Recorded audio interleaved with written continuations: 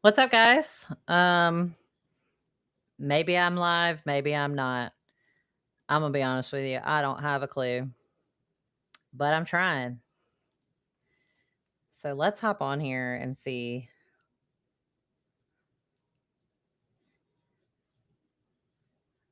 You know what? It says I'm live on Facebook. Thank God. Let's see what we're doing on YouTube.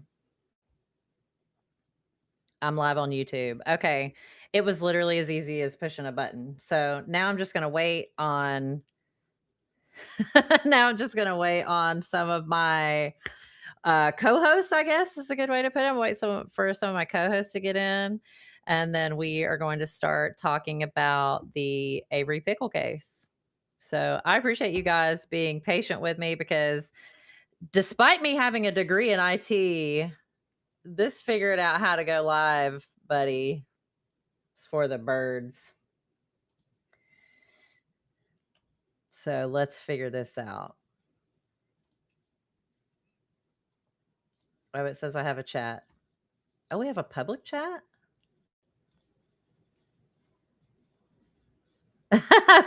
Okay, this is cool. Hey, Jackie.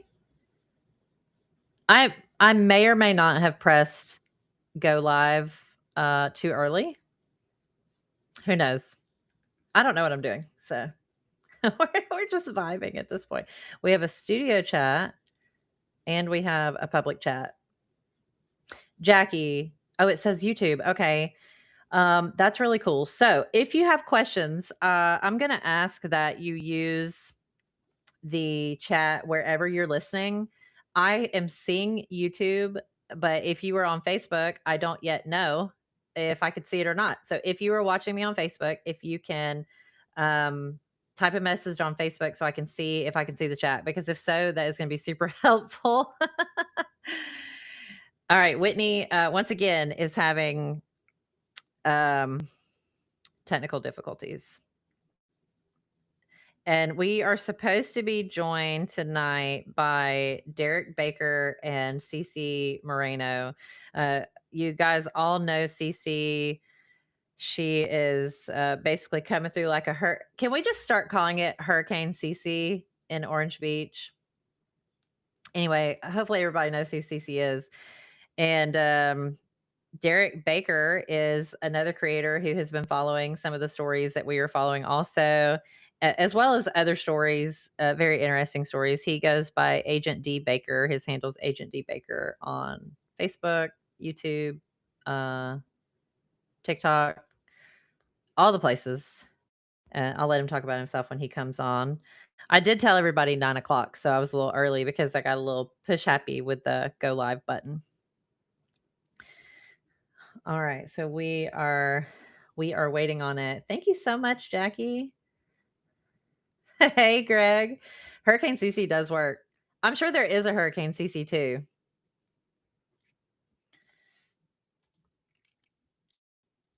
All right, so we're waiting. It does not tell me how many people are here or like if somebody's waiting to come in. Oh wait, maybe it does.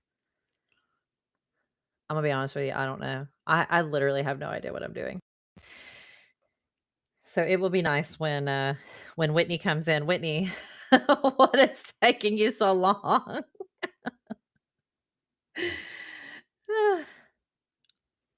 Let's see.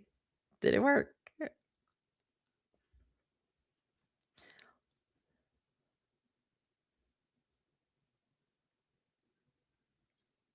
All right. So we've got a couple of people that were highly anticipating this. I did tell people 9 o'clock, so technically I have 3 minutes. So I'm going to take this moment to send some links out so that people can start viewing. We are going to be joined by a lot of people that are interested in the Avery Pickle case.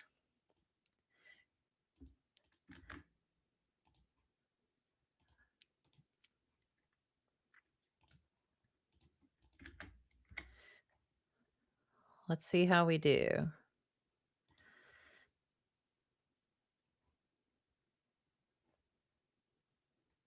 I have no idea how to share this live. just in case you guys don't know, I'm like a big fan of Keke Palmer. And I always think about that meme of her being like, I'm gonna be honest with you, I don't know who this man is. Talking about Dick Cheney. But I just have these constant vocal stems. Yeah.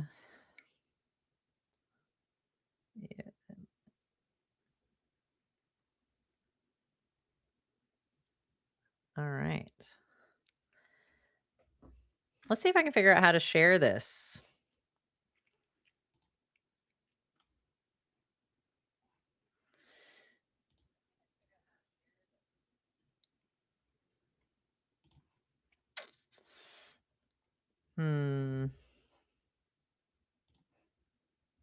I don't know. Maybe they got to go to my profile.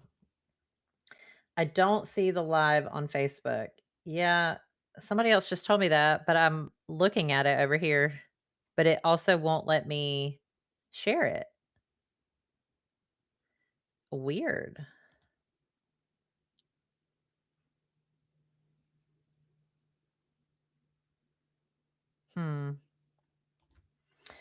Whitney, what is taking you so long?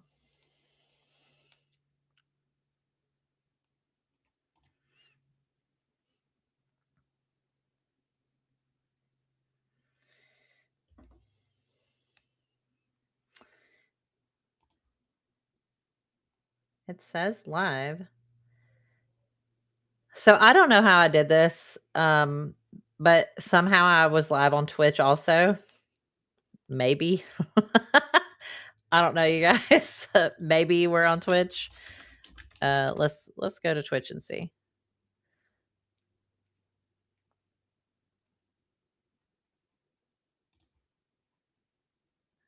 I'm gonna be honest with you. I don't know. It's about time.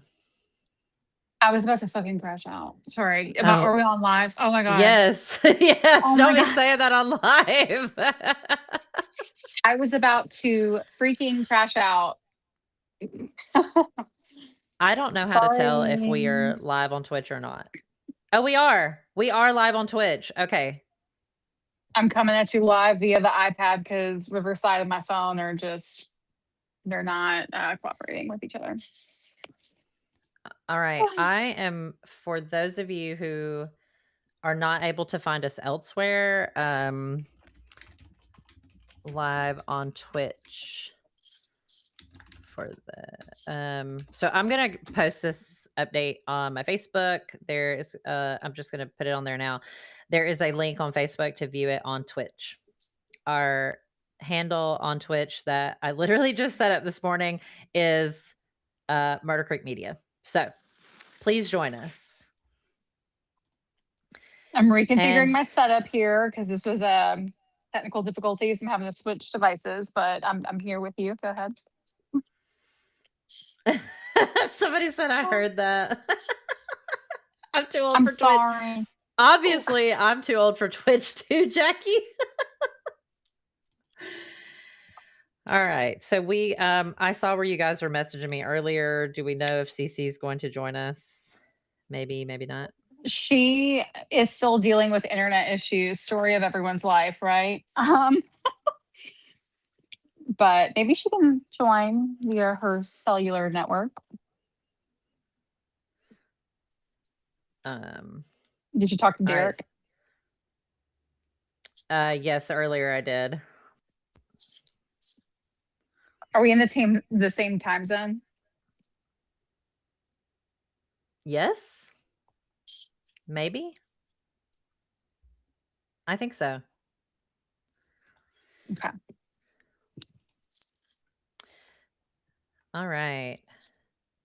We are going to wait a few minutes on Derek and then we will get started. I know I'm trying to give people some time to hop in so that we don't so that we don't have to back up later. Somebody's asking where can we watch? Okay, let me go ahead and update this post. We're not sure. Let us know when you figure it out. All right.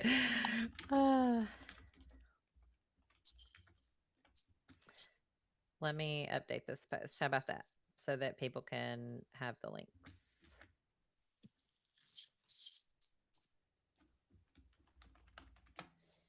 All right, YouTube.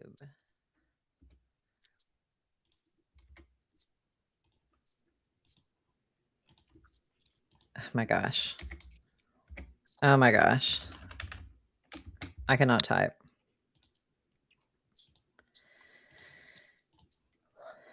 Let's see. How do I get my link for Twitch? There we go. Copy. I swear, when I tell people I have a degree in IT, I feel like they don't believe me because I just be doing some weird stuff.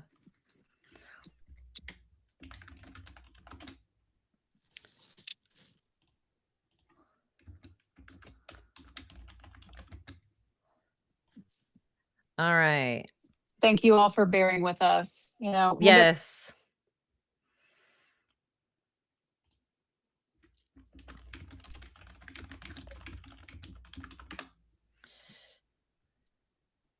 All right.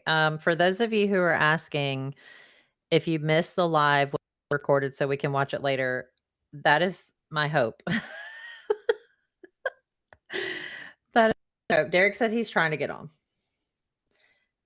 All right. okay. So I know our video will be live on Facebook for 30 days. I believe it will be on our YouTube indefinitely. I'm going to try to download it and put it on here permanently. We'll probably do a couple of episodes. We'll like splice out some episodes. So we'll see how it goes. But if you've missed tonight, yes, it will be available elsewhere.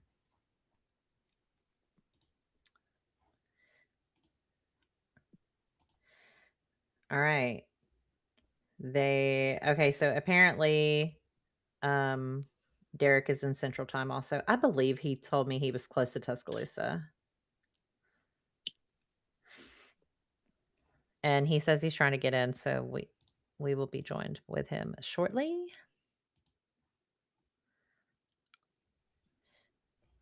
Let's see how it goes. Hey, the good news is, Whitney, I scheduled, I sent the invites, I scheduled, I came in, I hit the live button on accident, and it just immediately went live. That's all I had to do. And there is a chat in here that tells us these are coming in from YouTube. Have you tried to get on Facebook to see if you can find it on Facebook? Because it tells me on my profile that I'm live. Did I lose you, Whitney? Maybe because she froze. Hold on.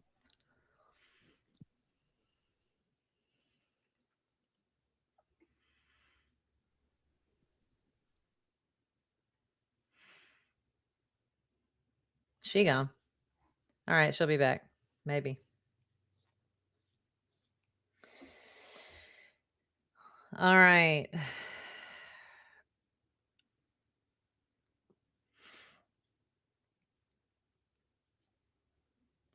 Thanks for bearing with me, you guys. I'm waiting on the others to get in. We are having a couple of difficulties. You guys keep saying it's not live on Facebook, but I'm looking at it live, so I don't know why it's not showing up. Oh, just kidding. I think I see the problem. Why does it say private? Settings.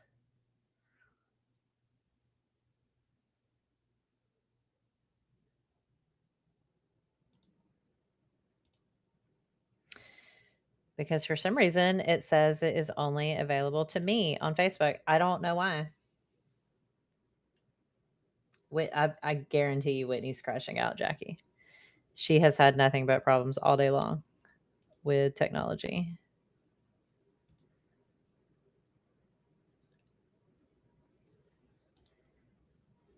All right.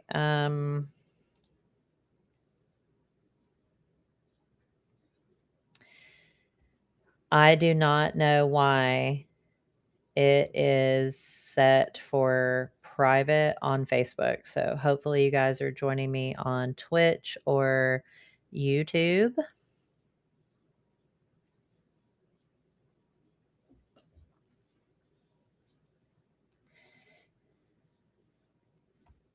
Oh, I do see where Whitney's trying to get in. Just kidding.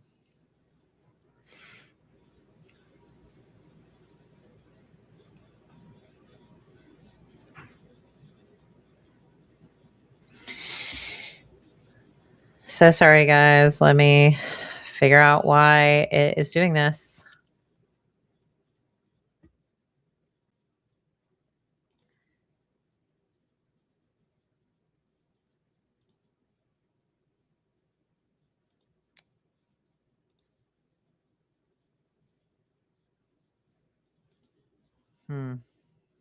I really don't know.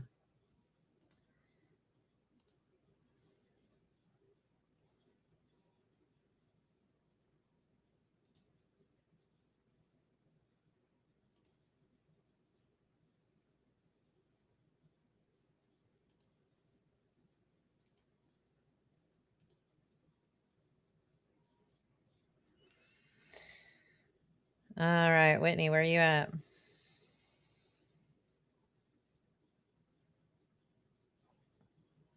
And Derek, where are you guys at? Just the link saying you were live on Twitch. Okay. I am trying to figure it out. So give me a second to figure it out while Whitney and Derek get in here, and maybe we'll maybe I'll figure this out soon enough.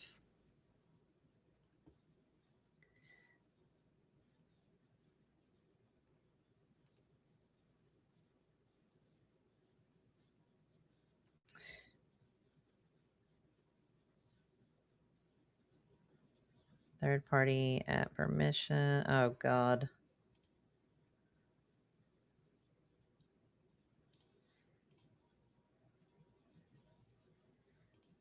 Hello. Hello. Can you hear me? Yes, I can hear you. I apologize. I couldn't figure out how to get my camera over here on this, but I finally figured it out. So.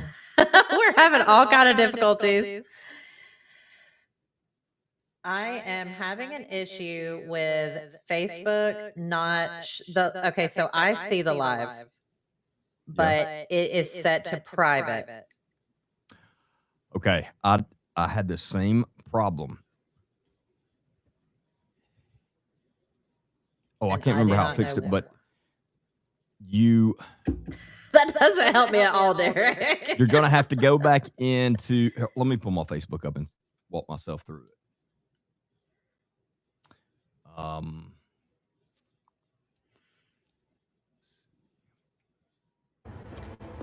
Hey, all my Hamilton friends.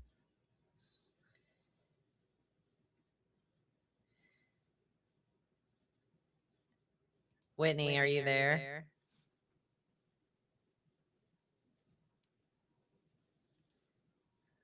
I see her there, but it's not doing anything. Now there's like a delay now that you're in. Oh, really? Yeah. Are you on OBS? Yeah. I wonder if that's why. Yeah, I'm using the OBS virtual camera. I don't hear you as I hear a repeat of me. Oh, I can fix that. What about now? Test. Is that better? Yes. Okay. What? No, never mind. Then I couldn't hear you. Oh, no. Did that work though? It did, yeah. Okay, let me.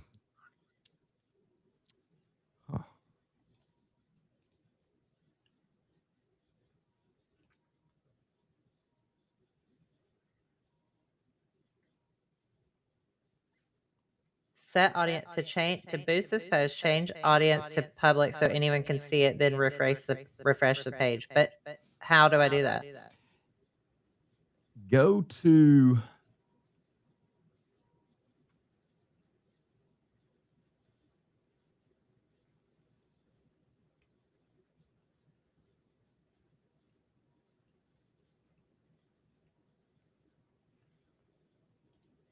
To boost this post, change its audience setting to public so anyone can see it, then refresh the page. But I can't.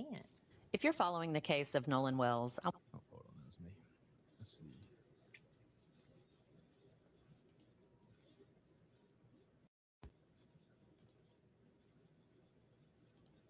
Go to one of your posts on Facebook. Okay. Wow, now I can hear myself. Why is it doing that?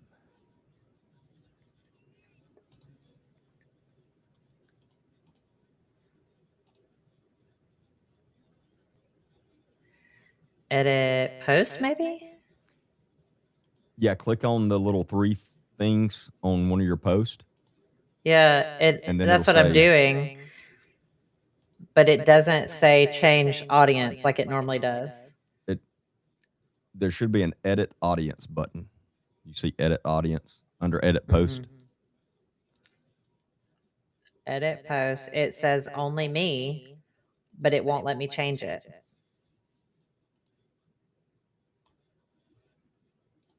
I have never had this happen before. It's weird. Let me show you what it looks like on my end and see if you're seeing the same thing.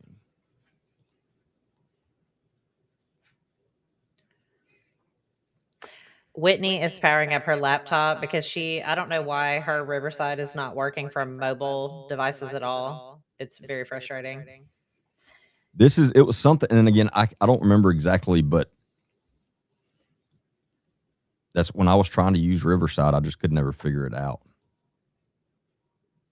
And why is that not? Oh, never mind. I know why.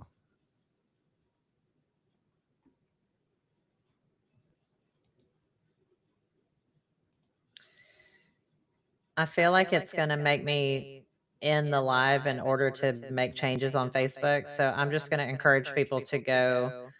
That's what you're going to have to do. On other platforms. Yeah. Because can you see the buttons that come up on mine on the post? Yeah, see that edit audience? I don't have that. You don't have that? Mm-mm. Yep. I bet that's why, because you're currently live. Yep. All right, guys. Sorry. I don't know why the Facebook just did that. So hopefully we will change that before the next live.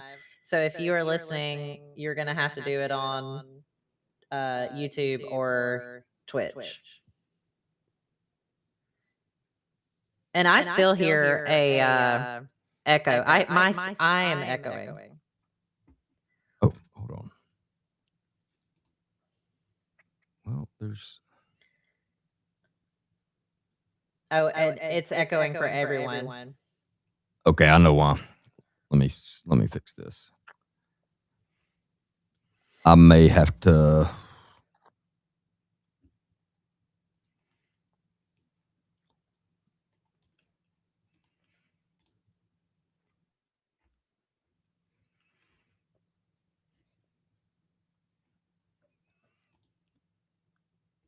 What about now?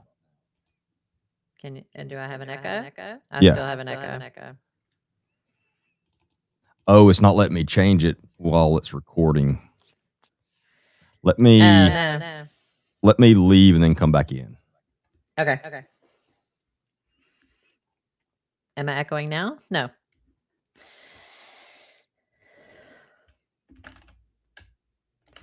All right. I'm going to update this post so you guys know. If you are watching, please watch on YouTube or Twitch. And we will get this sorted out. Thank you guys so much for being patient. We're trying our best, I swear. And I am not seeing in my software, I'm not seeing the comments from Twitch. So I'm going to pull it up separately so I can see it.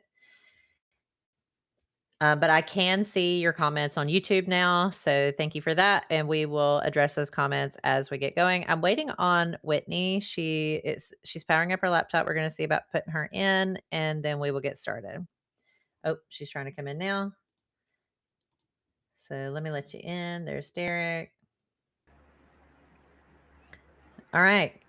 Oh my God, can it be? Probably not. I hate this camera. Can you hear me though? Yes. I can hear y'all. Do I still have an echo? No. Oh, thank goodness. Okay.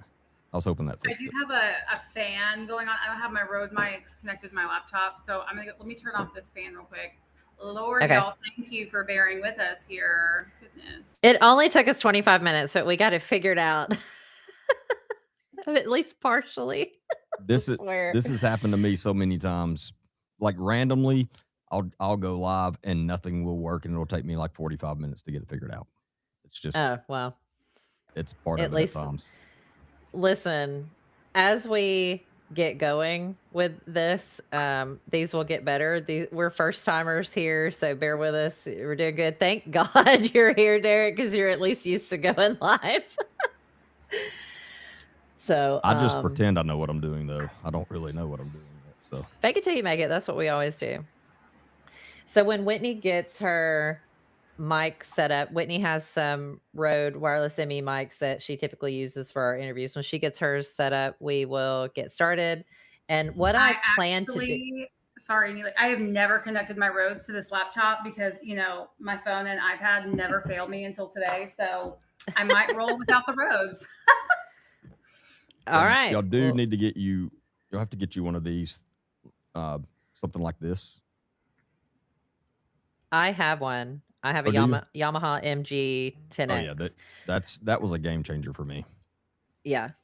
Whitney does not have that. She just flies by the seat of her pants with this recording. Yeah. Well, and I've got a older one, when I first used, and this one's just a more expensive one of that one. But if we ever actually meet, like if I'm down that way or something, I can give one of you this other one because it's just sitting in my cabinet. Well, listen, we will take any of your scraps. We accept all donations. Problem. Yes. All right. So let's take a second for people who are tuning in who don't have a clue who we are. Derek, I'm going to let you go first. If you will just kind of introduce yourself. Who are you? What are we doing? What are we talking about? What are we doing here? And what do you know so far? If you don't mind. 1 second. I just lost the whole screen for a second. I am Derek Baker, go by AgentDBaker on all the platforms. I've been podcasting now for right at about a year. I am a previous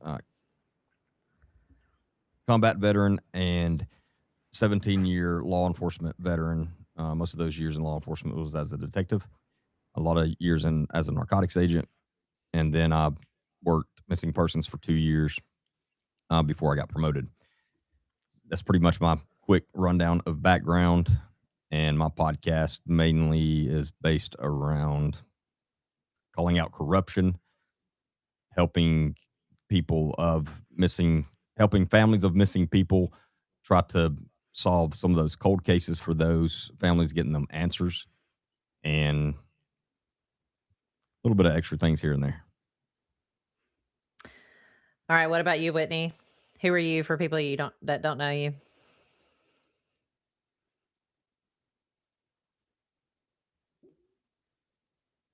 Can you hear it? You're muted, by the way.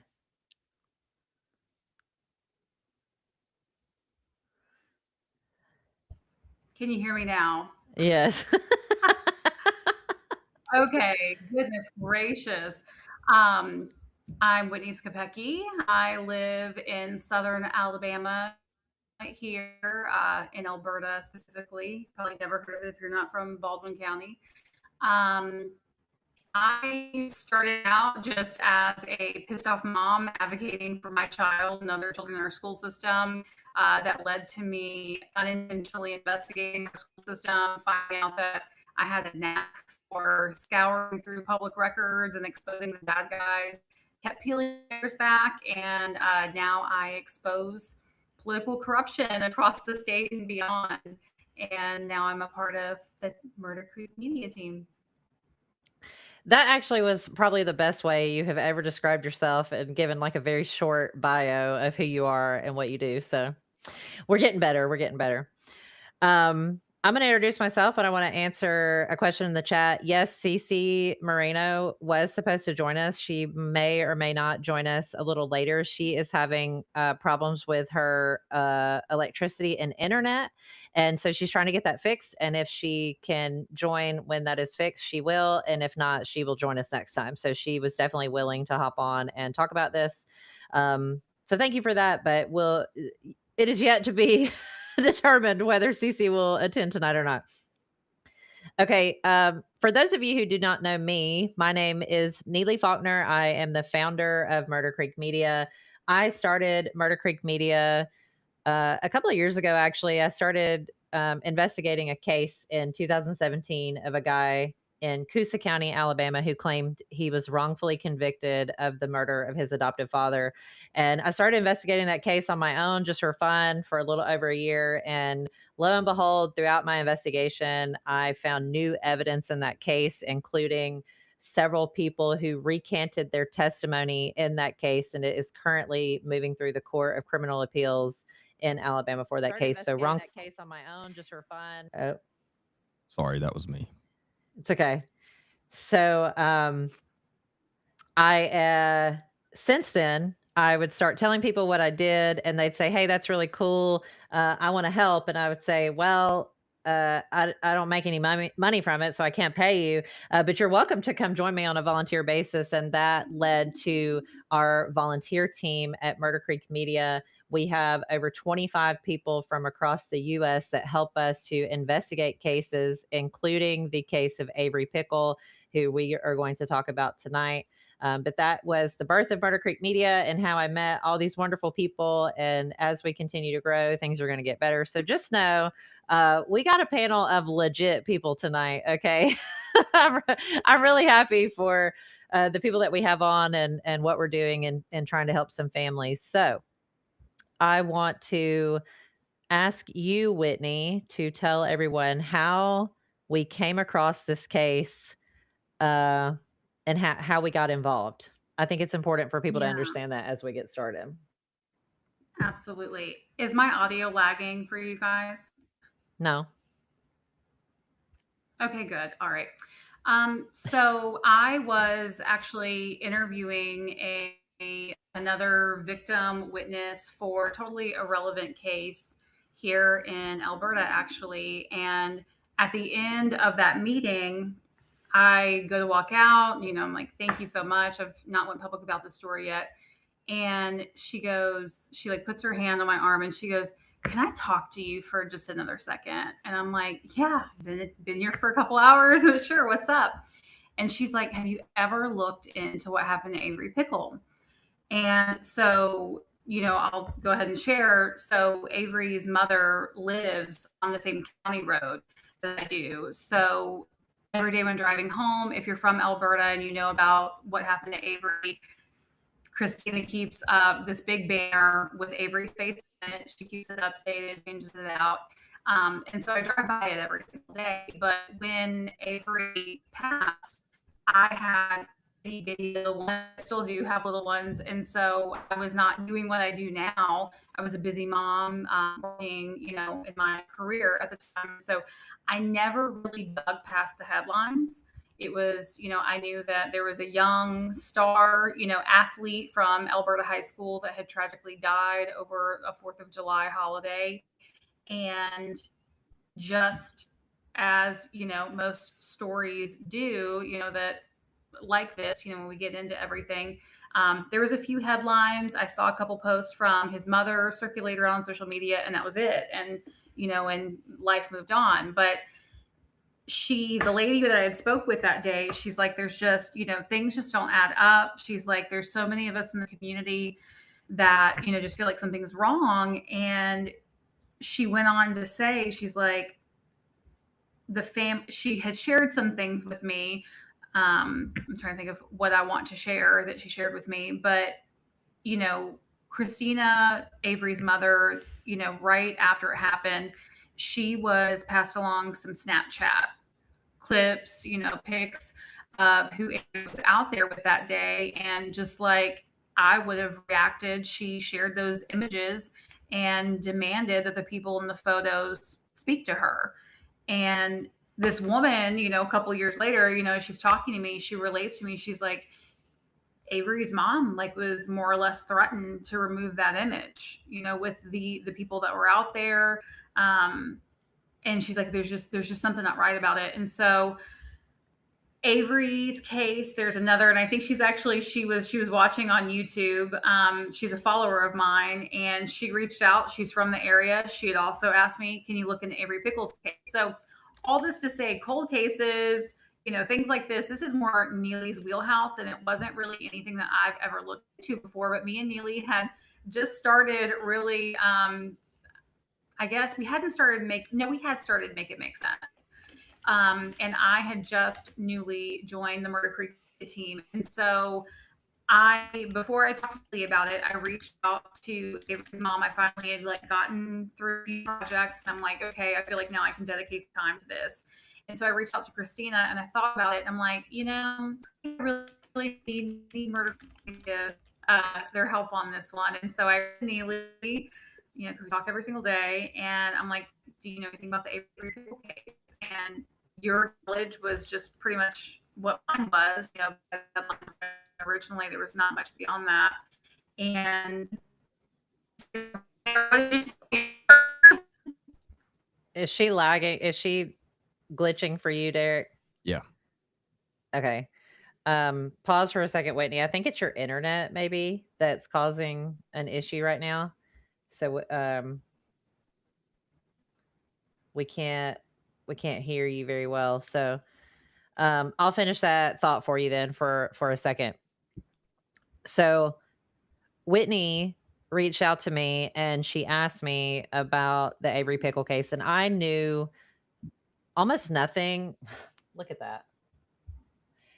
My light just went out. So I knew almost nothing about Avery's case. I had heard a couple of things here and there, and I had seen a post from Christina, who is Avery's mother, that was floating around and had I swear to God, you guys, I'm going to be like Whitney crashing out in a minute.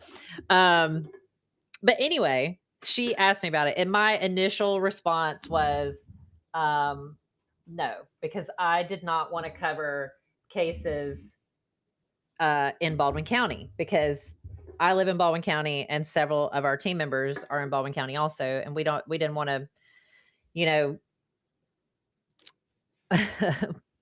work where we play, I guess is a good way to describe it.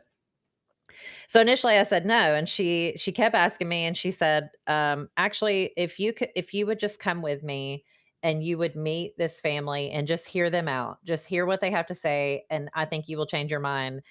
And Derek, I know you don't know me very well, but I am not the emotional one of the group. It is definitely Whitney. I am, it's almost scary sometimes how little emotion I have about things. Okay. And showing emotion, I guess, from other people makes me really uncomfortable. And so I was expecting to go in and just be like, listen, I'm sorry about what happened, but I'm not sure that I can help you. Right. So we go, Whitney and I make a plan to go to Christina's home in Alberta.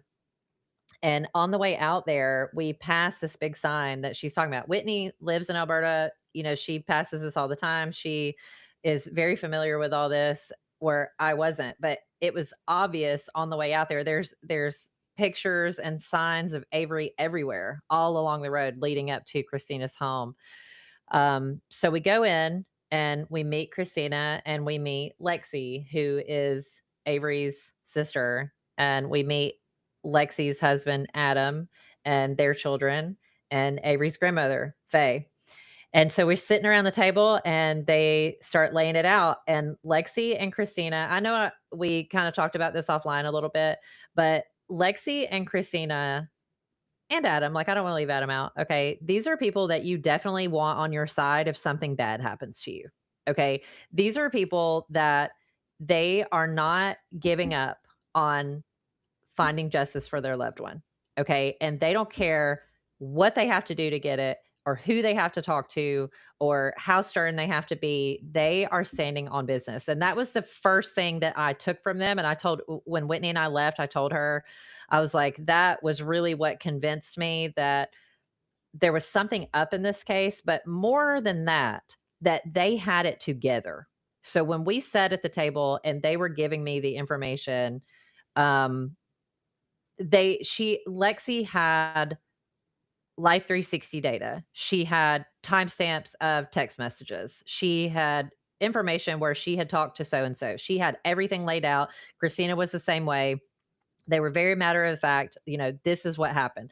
Now, of course, there is some emotion involved because we're speaking about the death of their loved one, right? So, of course, there's emotion involved, but they were very articulate with what they felt happened and what they felt needed to happen as a result. And so, my promise to them that day when we left, I said, listen, I can't promise you that you're going to get the answer that you want, but what I can promise you is that we will do our due diligence to see what actually happened, and we will bring those findings to you when we are done to tell you what we think happened. Keep in mind, it may not be what you want to hear at the end.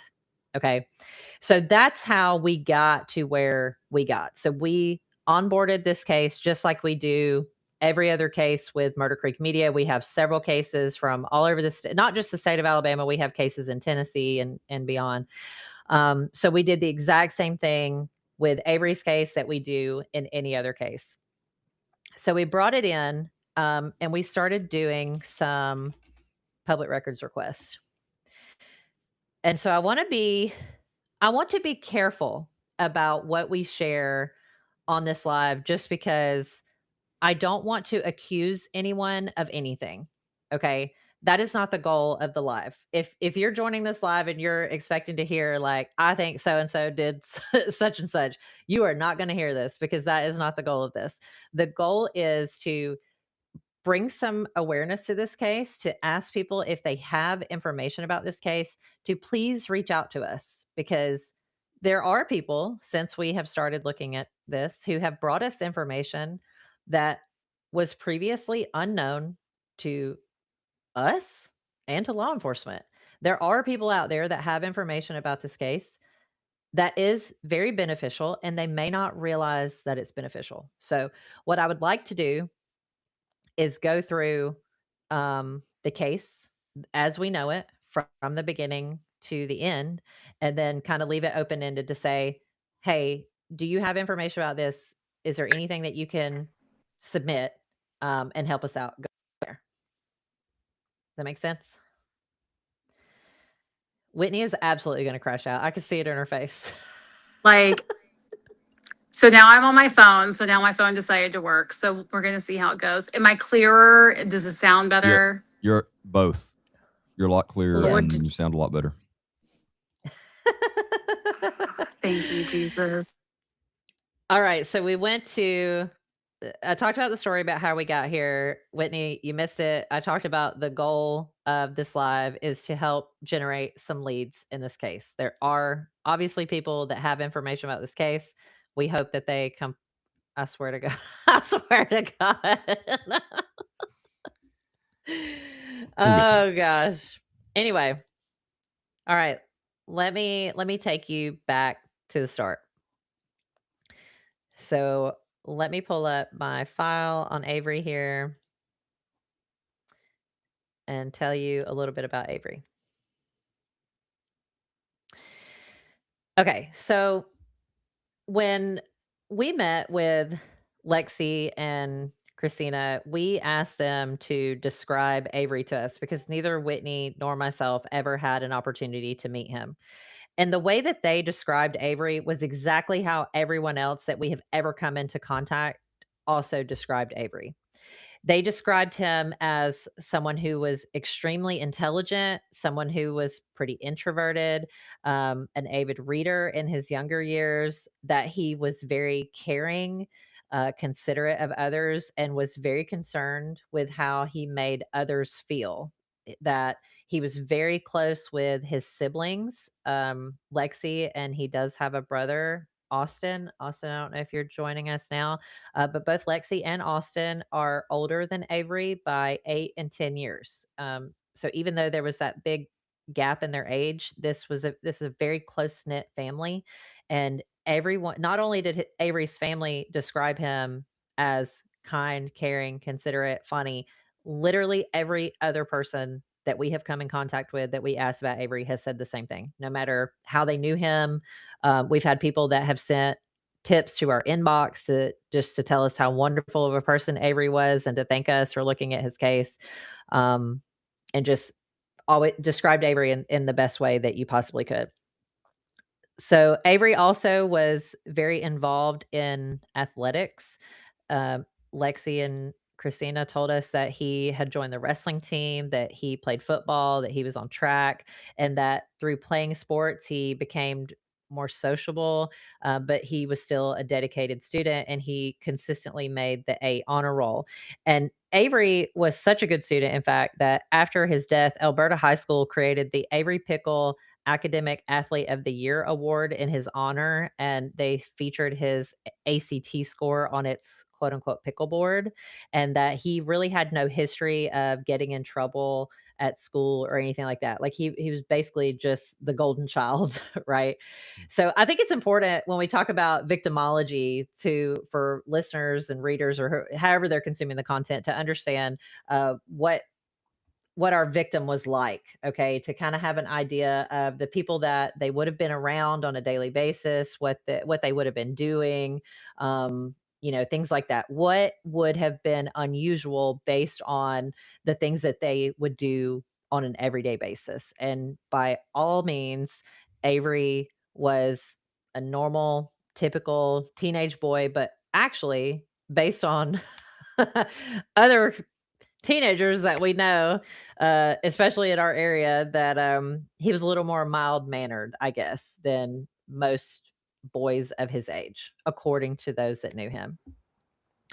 So, one of the big things that Avery's family maintained is that the individuals that Avery was with on the day of his death were not who people would typically describe as his friends. So Avery had a group of friends that he would hang out with pretty frequently that were very well known, not only to Avery and his family, but that the people that he was with on the day of were more like acquaintances rather than friends. Okay. And he was still in high school, correct? He was. Yep. Avery was 17 years old. And he did work. So he worked as, I think it was a cook, right, Whitney, at Pirates Cove. And so he had worked there maybe the last 3 summers. I think he was a cook. Somebody correct me in the chat if I'm wrong. But he had worked there during the summer. I And can so guarantee that yes. yes. So the events that we're going to talk about occurred on July 4th of 2024. So just a little over 2 years ago. And early in the day, Avery had made plans with his dad, his dad, to make plans to spend July 4th, that they were going to get together and do something for July 4th. But for one reason or another, those plans were canceled. And so Avery was upset about this, and he tried to get his shift back at Pirates Cove. So apparently maybe he had asked off or something for July 4th, and he wanted to get his shift back, but he was unable to. And so he talked to Lexi, and he's expressing his frustration about this, and Lexi kind of cheers him up by planning a family cookout. They were going to grill steaks and make fire, do fireworks for the 4th and everything. And they were going to do it at this property where Christina now lives in Alberta. At the time, Christina was not living there full time because they were building this home and the home was not yet complete. It was almost complete, but not yet complete. But either way, it's a huge, beautiful piece of property. And they were going to just cook out and, have fun for the 4th. So until then, until they got to that property, till Lexi and Adam and I think Austin maybe was going to join too, and Christina, Avery was going to hang out at Pirates Cove and get something to eat for lunch before he went to the property where they were going to be shooting fireworks and all that. So Lexi has a direct phone conversation with Avery at 1:42 p.m. This is according to the timestamps on her phone. She spoke to him herself on the phone at 1:42 p.m. and that was the last time that she actually spoke to him where she could hear his voice and he could hear her. So the rest of the communication between the two of them occurred via text message. And they continued to text after that until 2:07 p.m. And they were just talking about the plans, like, when Avery, when are you going to come to the property? Like, we're going to be here at this time. What are your plans? And Avery's like, yeah, I'm going to be there. I believe it was at 4:30. So he's at Pirates Cove. Lexi she's seeing Avery on Life 360. And because of that, they believe that Avery was at a house of a friend. And I'm going to try not to name these friends because I don't want anybody to assume something nefarious has gone on, right? So it's a female friend that the family believes he's with based on his location on Life 360. All right. So I'm trying to think of how I'm trying to put this. It's so hard, Whitney. It comes time by 5:30. No, I'm sorry. By 4:30, Avery has not arrived at the property, like, where Christina and Lexi and everybody's going to be. He has not arrived. So Lexi begins calling Avery at around 4:45 that evening, but he does not answer the phone. So Lexi continues to call. And then as she's continuing to call, his grandmother, who they refer to as Nanny calls Avery's phone also. And Avery's phone is answered at 5:38 p.m. when Nanny calls the phone at 5:30, but Avery does not answer the phone. It is answered by who they believe to be a stranger, but we now know who that person was. But it is someone who was really not friends with Avery. Okay. They just answered his phone at 5:38. And this person claimed that they did not know where Avery was, but they would tell him that they called. And then after this, Avery's family, several members of the family continue to call Avery. He does not answer. Nobody else answers the phone, and it never goes to voicemail. So obviously the phone is on, but no one is answering it. So during this time, the way that Lexi described it to us was that that she was kind of irritated, right? She thought Avery maybe blew her off or something, and that's why nobody's answering. So this is why there's like several hours of a time period that go by before Lexi says, something's not up. I think she kind of sensed from the very beginning that something was wrong to begin with. And so by 9:00, Lexi decides that she's just going to track him on Life 360 and she's going to go to where he is. And where he's at, correct me if I'm wrong, Whitney, because I'm not super familiar with Alberta, but his Life 360 shows him at a location off of Orange Avenue, which I've been told is almost like a public access point where people can drive their vehicles down and kind of get towards the water. I mean, is that correct in saying that? Correct. Yes. Okay. Yeah. So they drive down to this location. Lexi and her husband Adam drive to this location and they see Avery's vehicle. It was a truck. And they go up to the truck and they open the door to the truck, and Avery's wallet, his phone, and his keys are sitting on the middle console. And Avery's nowhere to be found. And there is a golf cart that pulls up, and there is a guy driving the golf cart, and I believe there were there was at least one other individual, possibly two individuals on the golf cart, and they're inquiring as to, who are you? What are you doing? And these individuals act like they don't know who Avery is. And so this sets off some alarm bells with Lexi to be like, what do you mean you don't know who this is? Like, this is my brother's truck. His, belongings are in the vehicle. What do you mean you don't know who he is? And it's pretty soon after um, that Lexi and Adam realize something is up, and Lexi calls the Baldwin County Sheriff's Office. She makes this call to Baldwin County Sheriff's Office at 9:45 p.m. and she reports Avery missing. So during this period of time that the deputies are on their way, Lexi stays at the truck. Adam leaves and he drives his vehicle to Pirates Cove because they knew that Avery had previously been at Pirates Cove. And so they think, well, maybe he's over there. So they go to Pirates Cove, or Adam goes to Pirates Cove, and he starts going from boat to boat, and he's walking around the area, and he's asking people, have you seen Avery? And so he goes onto a boat of again, I'm not going to name the individuals because I'm not accusing anyone of wrongdoing. I'm just stating the facts as I know them. Okay. So he sees an individual, a male individual who owns a boat, and he asks him, have you seen Avery? And this individual says, yes, he was with us earlier in the day, but we haven't seen him for a while. So there are two female individuals with this male, and they come out from according to Adam, they come out from the inside of the boat and they seem upset for some reason. And they're being very elusive in their answers. Everybody's saying, Avery was with us earlier in the day. Now he's not.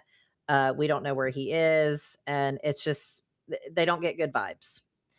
So Adam leaves and he goes back to where Avery's truck is located, where Lexi is waiting on him. And he tells Lexi, the sheriff's office needs to go over here and speak to these individuals because Avery was with them earlier in the day.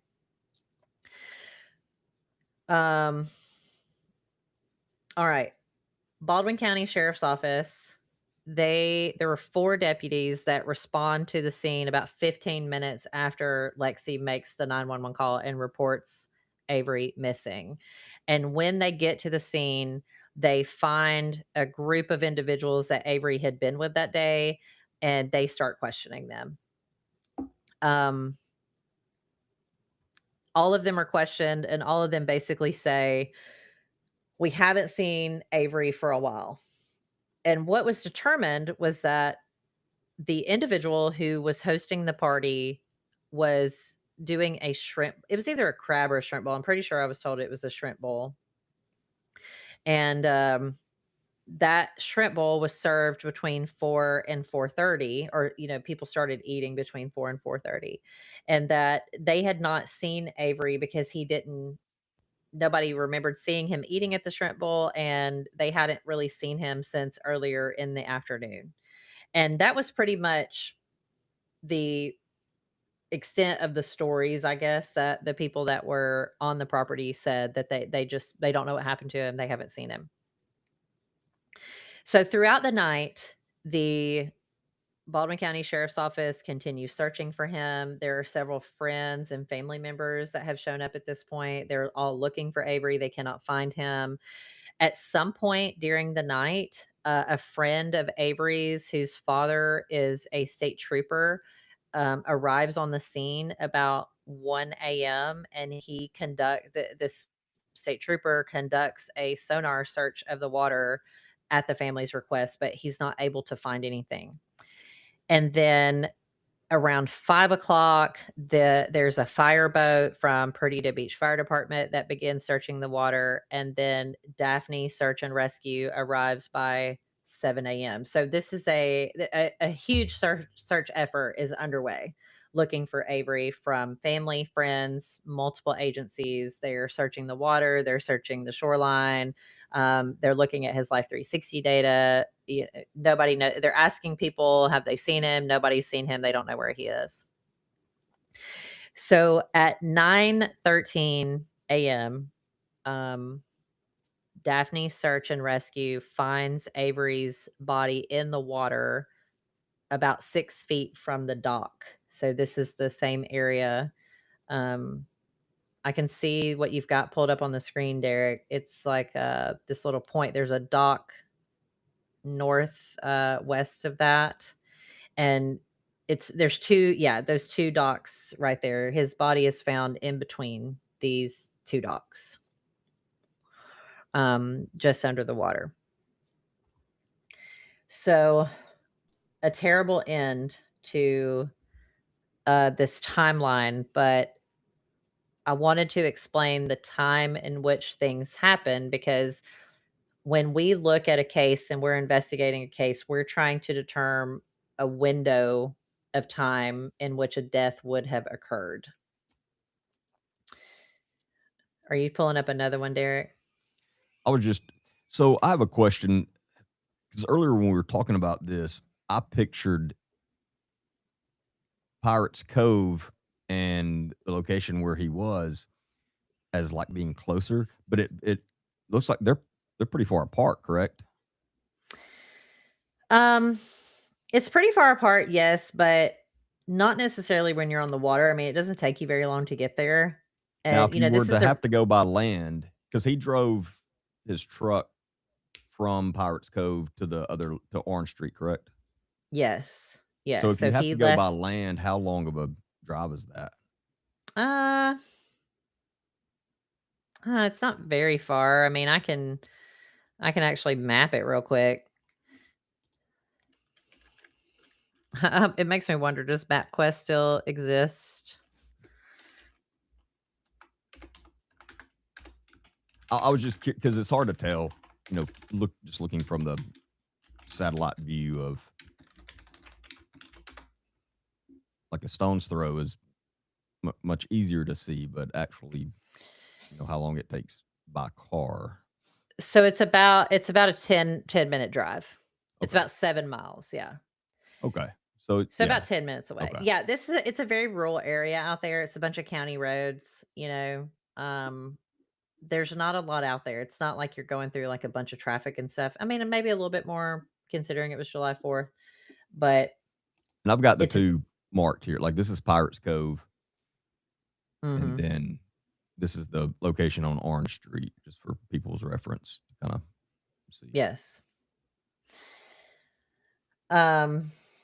Okay, before we move on, I'm going to look at the chat and see if there's any questions that I'm missing here.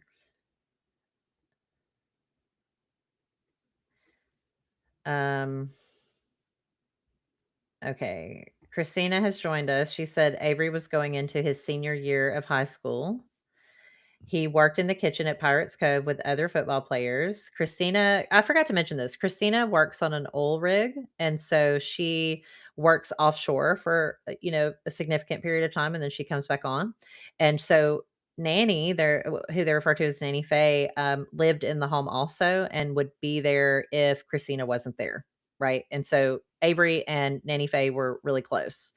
So Christina said he called me very upset about his plans being canceled. Then I set him up with his siblings to have them cook out and do fireworks. So, okay. So thank you for clarifying that, Christina. It was actually Christina who kind of planned all that together.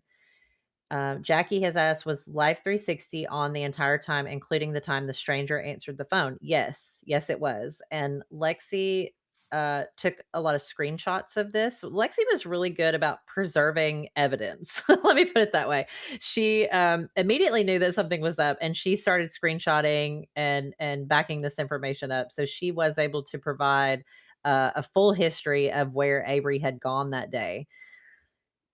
I wanted to point that out just for everyone else's reference to give it context. The fact that they picked up something wasn't right that soon is not common. And that he obviously has a very caring family. And most people are missing for at least a day before anyone actually starts worrying, depending on the situation. But a 17-year-old, it's amazing that they picked up something, told her that something wasn't right. And so they got right on it and was able to report him missing that night. And that's props to them for, caring like that and again, there's something out there that was obviously clicking to her that something's not right. And I'm glad she followed that. Yes, this is why I made it a point to say, like, this was a close family, right? So Lexi Obviously, and yeah. Christina and Austin, they automatically knew something was wrong. And yeah, and I've told them this too, like, good for them, right? If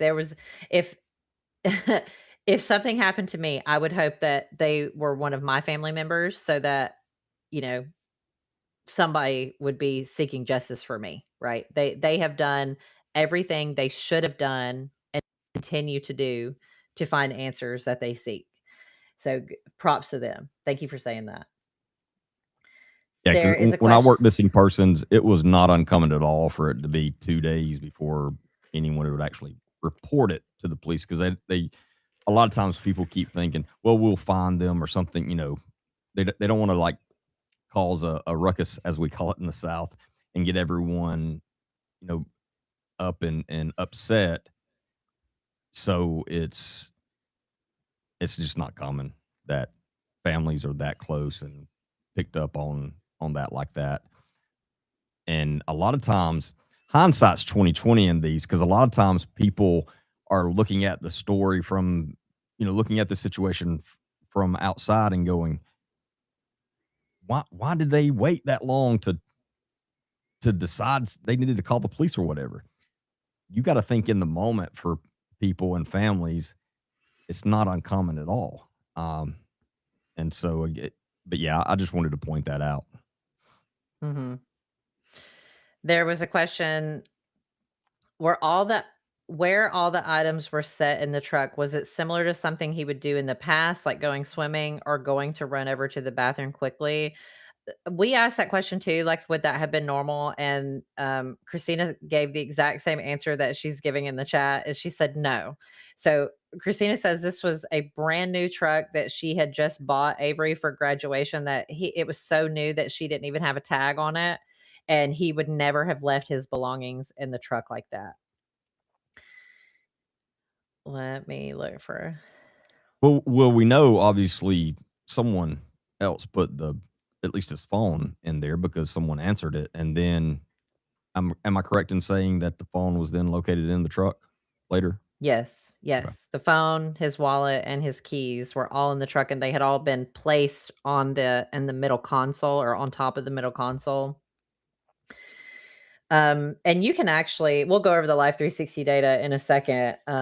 But yes, it was obvious that his belongings were placed there, and it was not placed by him. So somebody else had placed his belongings there. Yes. Um, Sorry, I'm looking through the chat to see if there's any other questions. I felt like there was one that I missed.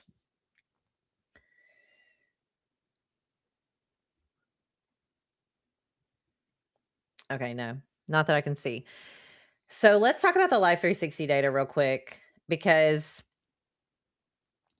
we talked about this. For viewers that don't really know my background, my degree is in IT and cybersecurity, and one of the things I used to do at one of my former jobs was essentially forensics tracing. Okay, there would be times that I had to look stuff up, and what I always loved about digital forensics was that it's really black and white. It's not really up to interpretation. It's very clear. This is what happened. Somebody clicked on this. Somebody did this. So I was very interested in the Life 360 data because I wanted to know what Avery had been doing that day leading up to it, and if his story that his family was telling was true. So it's important that viewers understand that when we are talking about Avery's case, we were able to investigate this case not only on our own, but the Baldwin County Sheriff's Office did allow us some time that they set aside to answer some of our questions and allow us to review some of the information in this case, as they were, legally able to, I guess is a good way to put it. And one of the things that came up was the fact that there was alcohol that was found on the property, specifically Coors Banquet beer. So, one of the things that the family had told me was that they were adamant that Avery did not bring this beer, despite people on the property saying that he did. And so part of what we reviewed was there were photos of Coors beer. There was a cooler in the back of Avery's truck, but there was nothing in the cooler. Like it didn't even appear that there was water or ice in a cooler, that it was just an empty cooler in the back of his truck. And so my question was, looking at the Life 360 data, where did Avery go to get this beer? Did he stop at a gas station? Did he stop at a Winn-Dixie? Did he stop at someone's house? Where did he go that he was able to get this beer? And the Life 360 data does not show him stopping at any of these locations. So I don't know where it would have come from. And that would not surprise me that they would not be honest about that, especially, I mean, more than likely it came from an adult, and the adult doesn't want to admit they were supplying alcohol to minors. So that's not shocking. Yeah, I mean, we're not naive, right? We know that this is a teenage boy we're talking about. It is possible that he could have brought beer to, a party that he was going to. But my question was, if he did, where did he get it? Because I'm trying to do my due diligence and look at all of the touch points of what he did throughout that day. And so I'm using that Life 360 data to see where did his phone go. And there was nowhere that he would have gone to be able to get this specific type of beer, the Coors Banquet beer. And there was a lot of it. I mean, it's not like just a case. We're looking at photos. I mean, there's multiple cases of beer that would have come in. And if he was the one that brought it, okay, well, I'll believe you. But where did he get it? Right. And we really weren't able to determine that. So I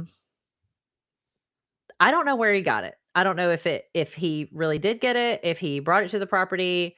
Either way, there was beer on the property, lots of, not just beer, there was other alcohol and stuff there too. And at a minimum, I would have expected someone to have been questioned about it, about providing alcohol to minors. You provide alcohol to a minor and ultimately part of it results in their death. You would think that somebody would be questioned about it. So, And who knows? in the time, and I'm not trying to put hate on the law enforcement, because again, this is definitely a hindsight 2020 thing. But in the time, if they would have been questioning that harder, especially with an alcohol, like you said, is not the most common thing, it's possible they could have found who actually picked it up from one of those stores if it wasn't him. Again, and don't get me wrong, I'm not saying he didn't bring it. I'm just saying it would not surprise me at all that he didn't. And they're just not being honest because they are afraid to admit that they supplied the alcohol to a minor. Yeah. Well, and that may seem like a small hill, okay? But when we start out with little lies and then we keep on moving to other lies, it becomes a really big lie. And so I want to get to the bottom of it, right? I want to see exactly what we're talking about here. Do we really have a cover up about something happening? Because if we're just maybe saying, oh, well, maybe the beer wasn't a big deal, but then we have that lie coupled with this lie, coupled with this one. Okay, well, at what point are we not lying? At what point are we saying, okay, yeah, this is what happened? And so to me, the alcohol is a big deal, especially as it resulted in someone's death. So one thing that was interesting is that at the time, Pirates Cove, I believe, did not sell this specific type of beer because people, I guess, were under the understanding that he would have gotten it from his workplace. It was a possibility that he could have taken it from the workplace. It did not sell that type of beer, which would lead me to believe he had to have gotten it elsewhere. So I'm looking at the questions in the chat. Okay. Oh, this is cool. It gives me an option to show. I'm going to click one to say show on stream. Hold on. Can you see that? Yeah. Cool. So the I didn't chat know you can could pop do up that. there. Yeah, I can Oh, that's choose very to handy. show it on stream for so many seconds. That's really cool. All right. I like We're that. figuring this out as we go. I'm going to highlight this one because this is important. I'm not going to mention them. But Christina says, we were told by the investigators who admitted placing his belongings in the truck. So there really wasn't a question of, yes, someone did place Avery's belongings in the truck. All right. I'm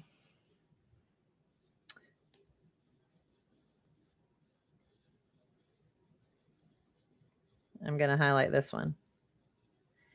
Christina says, I was told by a Baldwin County investigator that a particular person hosting the party was serving people tequila and margaritas, but there was not one single piece of, it moved, hold on.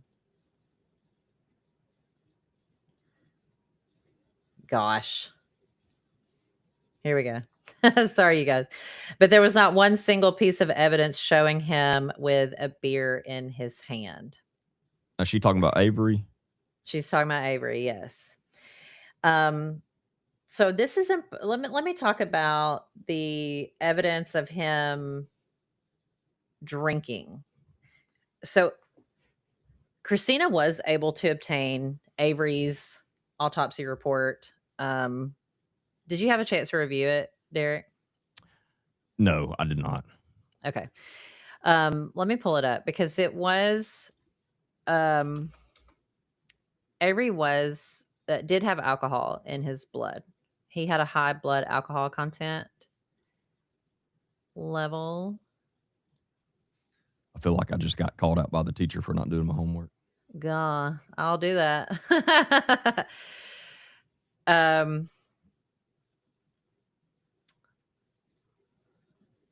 I really have got to wear my glasses because I'm telling you, I really can't be seeing nothing. Sorry, I'm looking for the toxicology somewhere.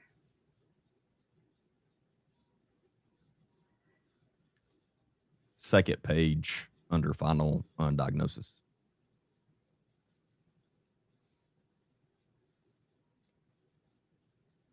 On the second page? Yeah.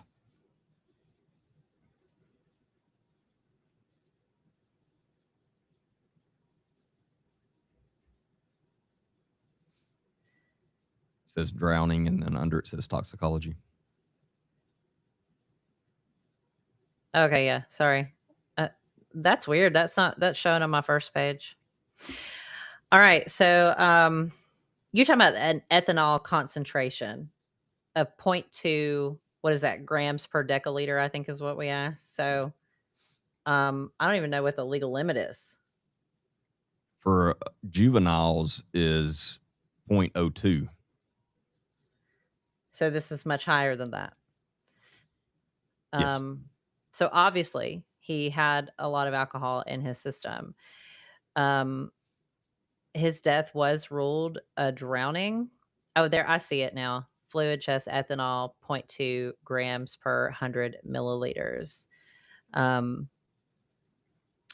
And I had been asked if Avery had any drugs in his system. He did not.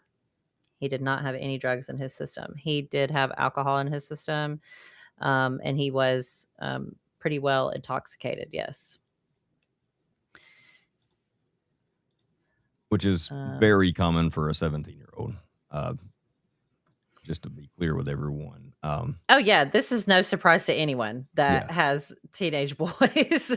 You know, really not surprising to anyone. So let's talk about the. Can we talk about the timeline real quick about trying to nail down Avery's time of death? And I'm going to pull this up real quick. So when we spoke to the Baldwin County Sheriff's Office, we asked about maybe what evidence they had gathered. And there was a female who had been on the property that had taken some videos of Avery prior to his death. And this really becomes the crux of the Baldwin County Sheriff's Office argument. Sorry.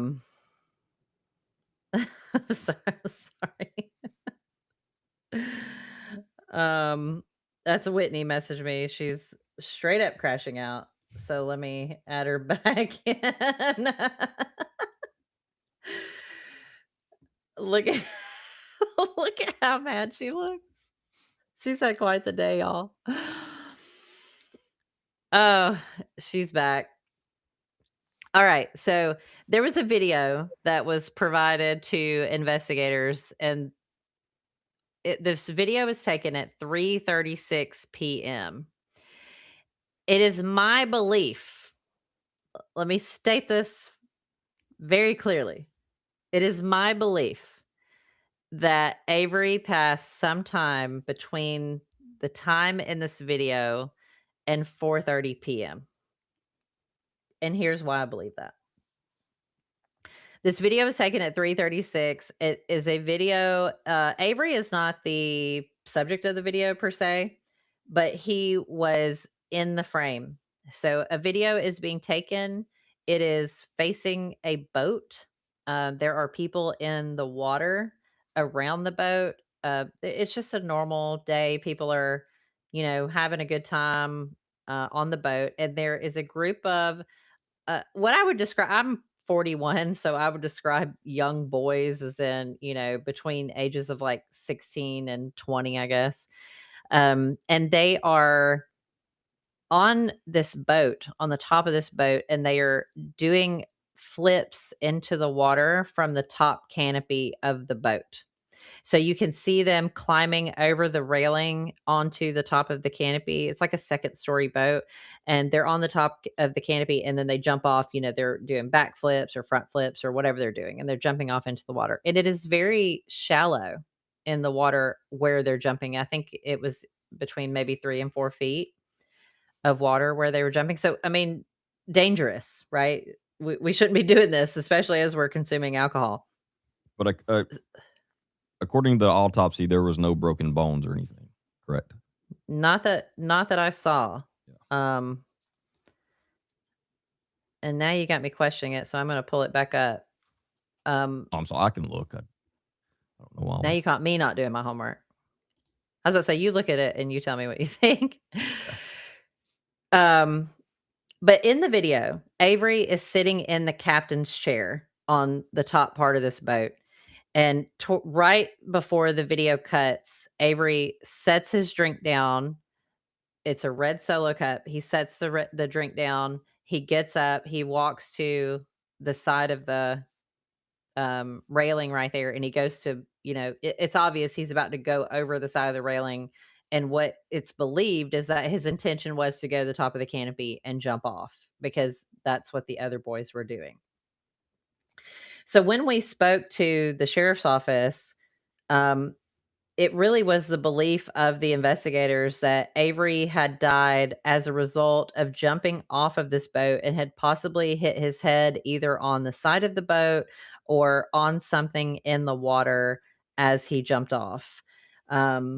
But really, I mean, I don't want to say there was no evidence of that, because there is this video where it's believed that he's about to jump off and do that. But, nobody sees him hit his head.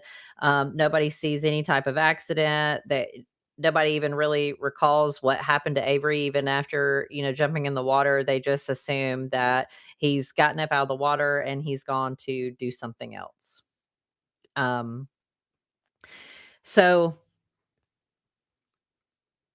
I can see how the sheriff's office would come up with that theory, I guess. I can definitely see why they would think that, but I don't necessarily think the evidence points to only that. That's probably the best way I know how to describe it. I think there are definitely alternative possibilities for what could have happened. And the reason I think that is because when Avery's body was discovered, it was discovered in the water. And as part of the search and rescue, you and I talked about this earlier, Derek. When bodies are recovered from the water, they are typically photographed or videoed in the water to see, what the conditions around the body look like. Um, and that was completed in this case prior to him being pulled from the water. And then as he's pulled from the water, um, more photographs are taken of the condition of the body at that time, which is great. That's exactly what you want to happen, right? When a body is pulled from the water, you want it documented in such a way. What I found interesting was that when he was pulled from the water, and what I'm referring to him as crime scene photos, even though it may not be like a typical crime scene, right? Avery has a very clear black eye. Over one of his eyes, it almost looks as if he has very thick eyeliner, because it goes all the way around one eye. So it's not like when you think of a black eye and you think of something that goes, far underneath the eye. I'm not talking about that. I'm talking about just directly around his eye is a very obvious black eye. And we were told that he had a small contusion on the side of his head, and in the photos you can see blood in his hair, but you can't. I wouldn't. It's not something I would have looked at and been like, oh yeah, there's a contusion there, because you can't see any cuts or anything. You just see blood in the hair, which after death, the body does expel fluids from the body. It would have been possible that it could have been coming from elsewhere. It wasn't immediately obvious to me or the team member that attended the meeting with me where we were able to view this. He's actually a former investigator, so he would have been relatively well versed in what he was looking at. After our meeting, we kind of debriefed after this, and both of us kind of agreed that wasn't necessarily what we saw as what we would consider a contusion, especially one if you fell and hit your head on the side of a boat. I mean, I probably would have expected like a big gash or something. And now, obviously, I'm not a medical examiner. The reason I want to talk about it is because when somebody says a contusion, maybe we think of something big, but it really wasn't. It's just no broken skin, I guess, from the way I would describe it, but he did have a very obvious black eye. So, did Avery jump from a boat and hit his head on the side of a boat, cause his black eye? I guess it's possible. Did he jump from a boat, hit his head on the, seafloor, I guess? It's possible. Did he get into an altercation prior to, which ultimately resulted in his death? Maybe. I don't know. I'm really curious as to your thoughts, though, Derek. If you pulled up and this is what you saw, what are your initial thoughts? It's hard to say for sure without me actually seeing, because what I'm picturing these injuries may be completely different than what they really were. Like, they're listed as superficial abrasions, so like you said, it's nothing like serious.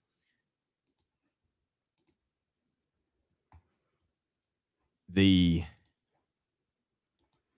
main issue here is this is exactly why you should fully investigate every scene and every case that involves someone losing their life, no matter what.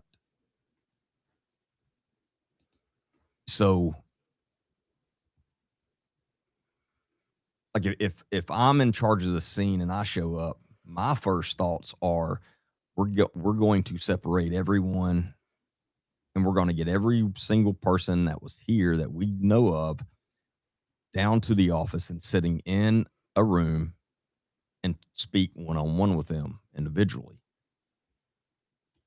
And if you do that, especially within the first 12 hours of this, you would be able to pick up very quickly if some people's stories are not adding up.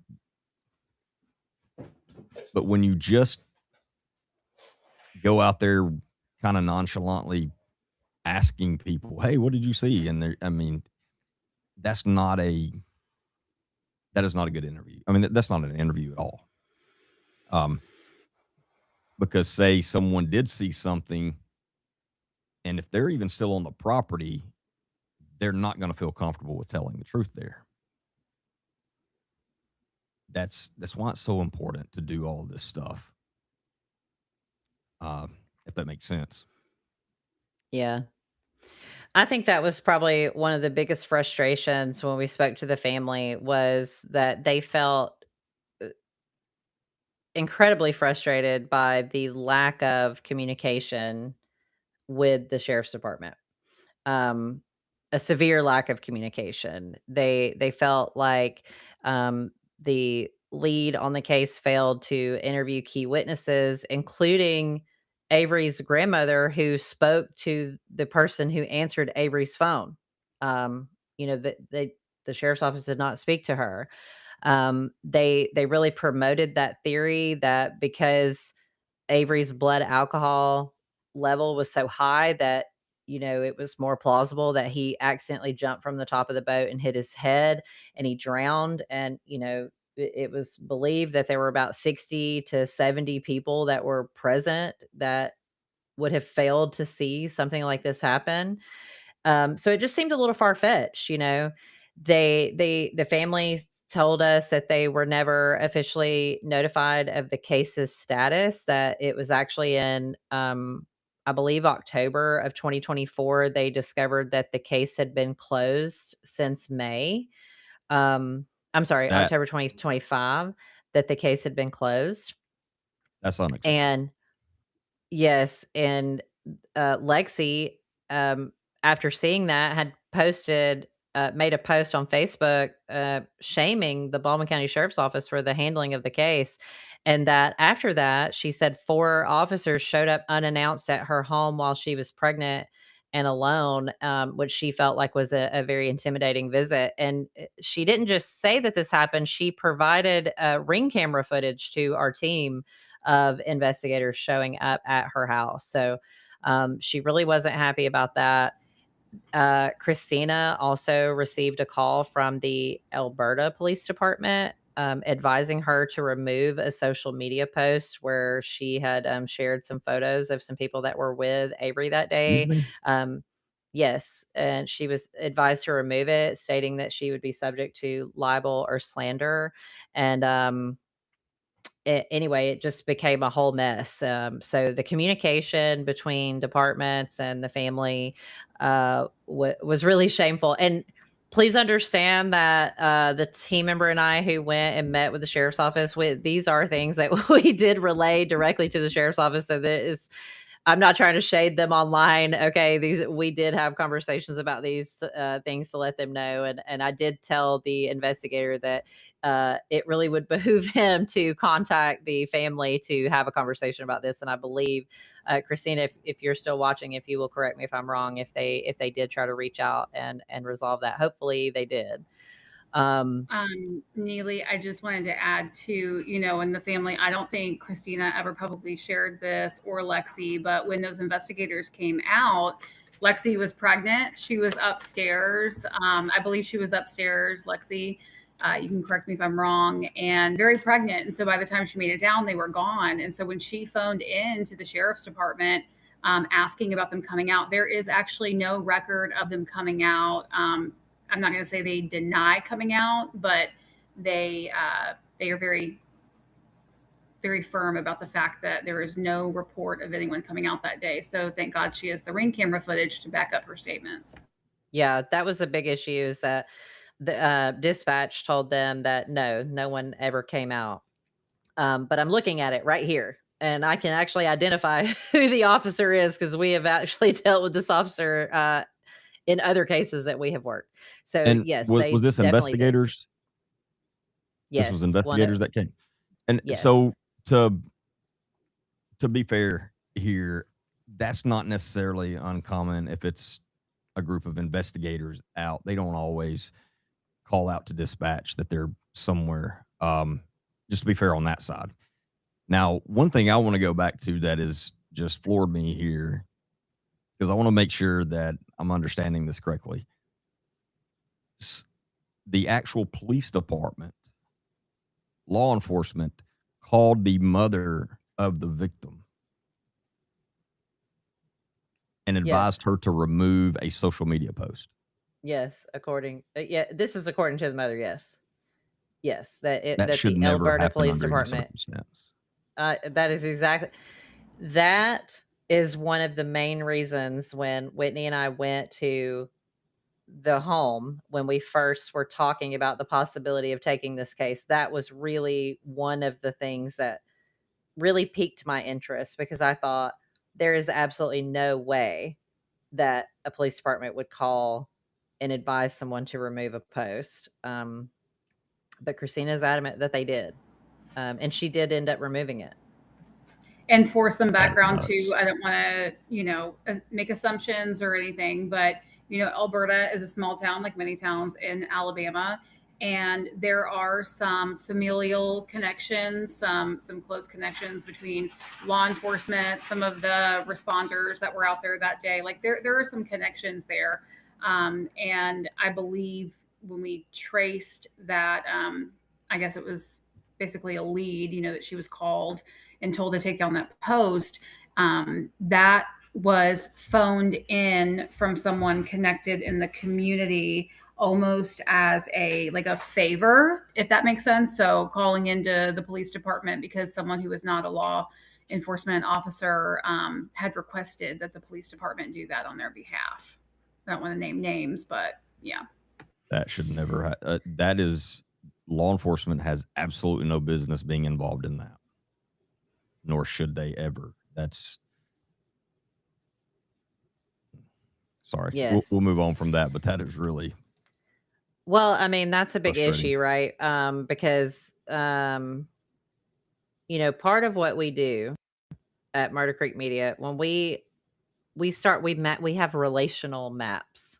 And so we get to, if here's Avery and here's Christina and here's Lexi and here's who knows Lexi and here's who knows this person. And, we have these big webs of how people know people. And then those webs start connecting to other people, right? So I'm going to be very careful about how I say this, Whitney, but I know you know what I'm talking about. There are people that are located at the property or may have been questioned or may at one time have been considered suspects.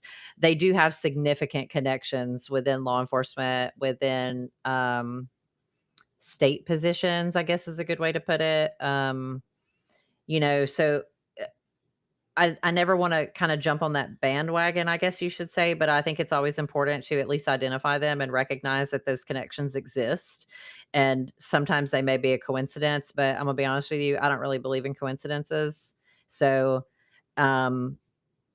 especially after finding out one of the people that is at this property when this is happening, is listed as a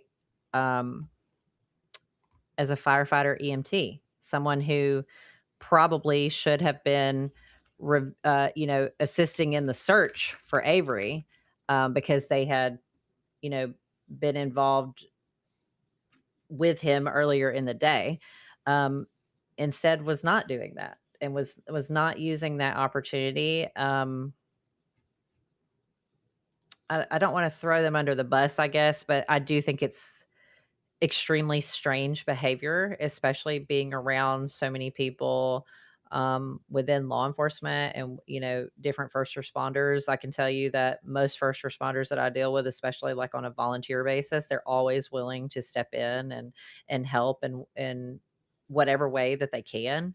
And so for someone to not do that is very strange to me. And I can tell you that other people that were on the property that day also felt that it was strange. Strange enough to mention it, right? So, I don't feel good about this case. I don't feel good about this case at all. Ask Whitney from the very beginning. I was like, no, I think it's going to be black and white. Like, I think that we're going to get to the end of this, and I think, I'm just going to say, yeah, this is exactly what happened. But I kind of feel like there's some gray And I don't like feeling that way. I don't like feeling like um, there's some wrongdoing on someone's part, but I definitely think there are some questions that could be answered that would give us a much fuller picture. And I hope that people that are watching this or listening to this now will be brave enough to come forward and say what they know. Let me just tell you, we may get to the end of this, Whitney, and we may be totally wrong. And I may say, you know, okay, yeah, that makes sense. And as much as I will hate to admit that I'm wrong about something, because Whitney knows, like, when I'm right about something, I am the first one to be like, "I told you so," and say it 100,000 times, be like, I hate to say I told you so, but I really don't hate to say it, but I will eat crow at the end of it if that is what we get to." But people have to they have to come forward first. I, and I want to say this: anyone that was there, I think, all right, if this didn't happen the way law enforcement determined it did, and that's if, there's a good possibility it could have been a what I would consider accidental, but caused by someone else. Whether it Correct. was two people that were under the influence of alcohol and got into a fight or scuffle. And if you were there and you know anything, just please come forward and speak about it. Because number one, the family deserves to know exactly what happened. And it's not fair to them to not. And again, if it was something that just kind of happened and then the dishonesty with it kind of just got out of control because it started and then you couldn't stop, that's understandable and it happens. It doesn't make you some horrible person. But if you continue to not come forward about that, that's something that you're going to have to live with and sleep with. And eventually that will just eat you. And so if you were there, you know anyone that was there, talk to them and ask them if they saw anything whatsoever. They can come forward and speak about it and give this family the closure that they deserve in that. Again, if it was an accident, it was an accident. But it's at this point, I will say, the evidence that I know about right now would point to me to believe it wasn't an all out accident as far as no one else involved. I could be wrong, like Neeli said. But either way, there was a lot of people there. Somebody saw something, somebody knows something, or somebody has friends that was there and you've heard them say something. And no matter how small you may think that or insignificant you may think that information may be, it could be the final piece of a puzzle. And it's just extremely important. And again, we need to think about at the end of the day, a 17-year-old lost his life. And again, that's not something you want to have to live with for the rest of your life if you know anything whatsoever. Yeah, I think when we consume content like this, right? It's almost like we are detached from it. And so sometimes we forget that there are real victims and there are real people that are involved. And that's why I try to be careful about, placing blame on someone, because there could be a reasonable explanation to suspicious behavior. There could be. There not always is, but there could be. So I want to be careful, and I really want to give people an opportunity to defend themselves or to say, "Hey, you may think this looks suspicious, but it's not suspicious to me because here's, it was completely innocent and this really was an accident." I agree with you though. Somebody saw something or somebody noticed something that maybe at the time they didn't realize was off, but maybe now looking back, they realize it is. Let me let me be clear about something though. Avery's family is never going to give up on trying to find justice for their loved one. I can say that pretty confidently. If somebody is watching this and thinks that they'll just allow this to blow over, you have not met this family. I could tell you that with 100% certainty. And I know that I would be the same way. I would never let it go. And actually, as time went on, it would really get it would give me more motivation and get more forceful for me that I would be more determined than ever to make sure that I got the information that I was looking for. And again, it may we may still get to the end of everything and we may say this is not what we thought it was. Um, but if you do have information about Avery's death, please come forward and say something because you will save this family a lot of grief and they have truly already suffered enough more than anyone wants to. And I want to say too, if it inspires anyone listening that may have seen something out there that day, or you've even heard something through the grapevine, I connected with a witness who is in a video that law enforcement has that was never contacted, that was out there feet away from Avery, probably we think Neeli in the last 30, 45 minutes that we believe that he was probably alive. And that person came forward to us, never having spoken out before. They had a lot of really great information. And, to protect the source, obviously we're not going to name them, but we actually will probably be getting our hands on some unseen footage. I mean, like that's the kind of things that are happening right now in the background. Definitely don't want to talk about what might be in that footage, but two parts. If you saw something, please come forward, but also to know that Neeli and I are on this and we're not going to stop either. And so it's probably a good time if you did see something. I would come forward. The family is in the midst of getting their justice. They've amped up their own efforts as well. And so, I'm a firm believer the truth, it always comes out. So you might as well be on the right side of it before it happens. And that's another thing. As many people as that was out there, some people are going to start coming forward after this. It happens every time that I talk about anything, and there's no doubt about this one.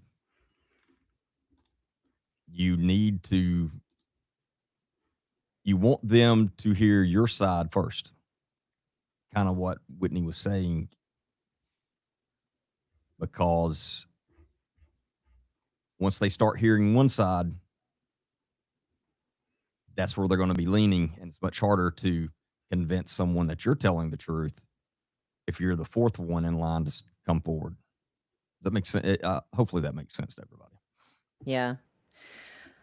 Well, again, I don't want to accuse. Do I think that there are people whose names have come across my desk and shown up in a case file that have some suspicious behavior? Absolutely. Yes. I think that with every case.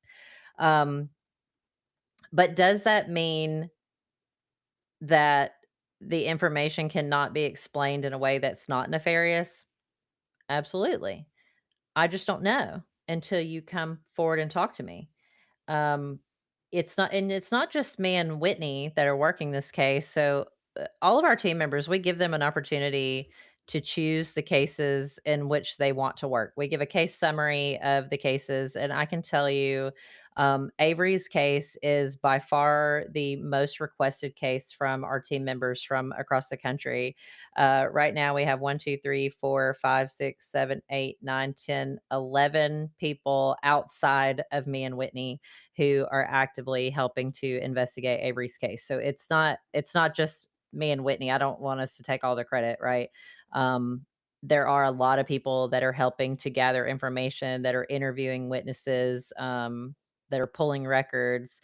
We're definitely doing our due diligence. So you can trust that if we get to the end and we determine that Avery's death really did occur exactly as the sheriff's department said, that we have done enough research to really determine that that is in fact what happened. Do I think that enough was done to determine that that's what happened by the sheriff's office? I'm gonna be honest with you and say no.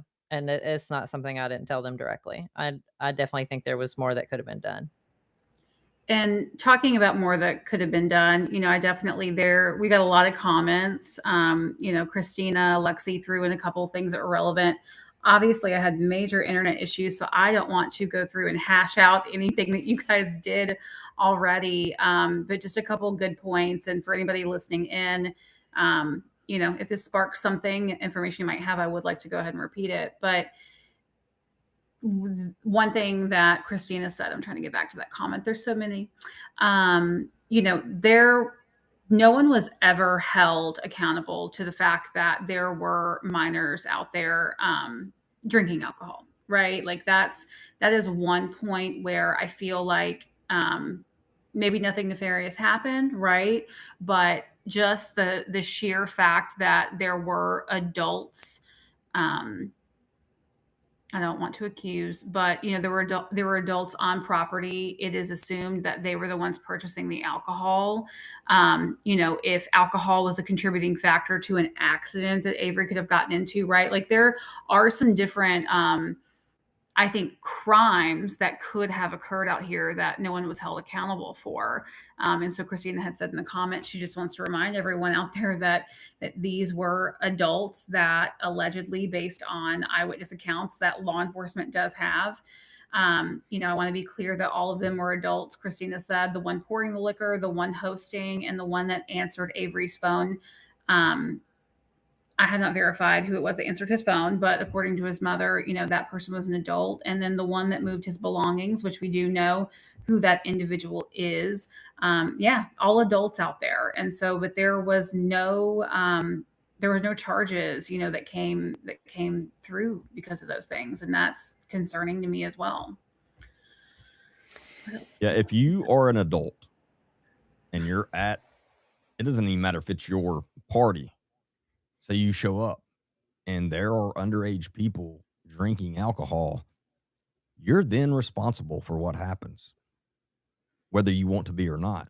So you either need to leave immediately or be the responsible adult and stop it, whatever the case may be. And this is exactly why when something like this happens, it should absolutely fall on the adults that were there.